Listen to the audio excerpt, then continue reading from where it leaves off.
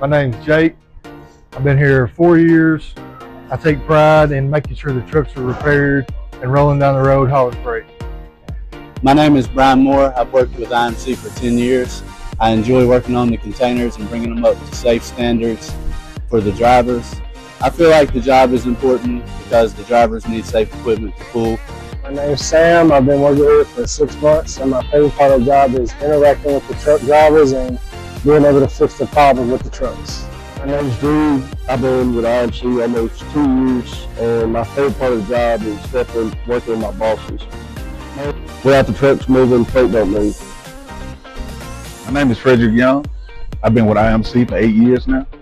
Connections are important to me because I always have questions about my truck. They're real friendly.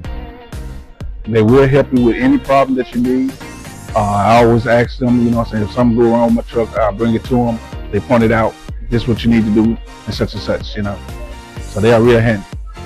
But techniques are important to keep your company truck or your personal truck running. Like I'm an owner operator. If I have questions about my truck, they tell me how to handle it, and they do the maintenance on them. They keep the fleet rolling, so they are very important. But I really want to say thank you, technicians, for doing the great job that you do, and keep up the good work.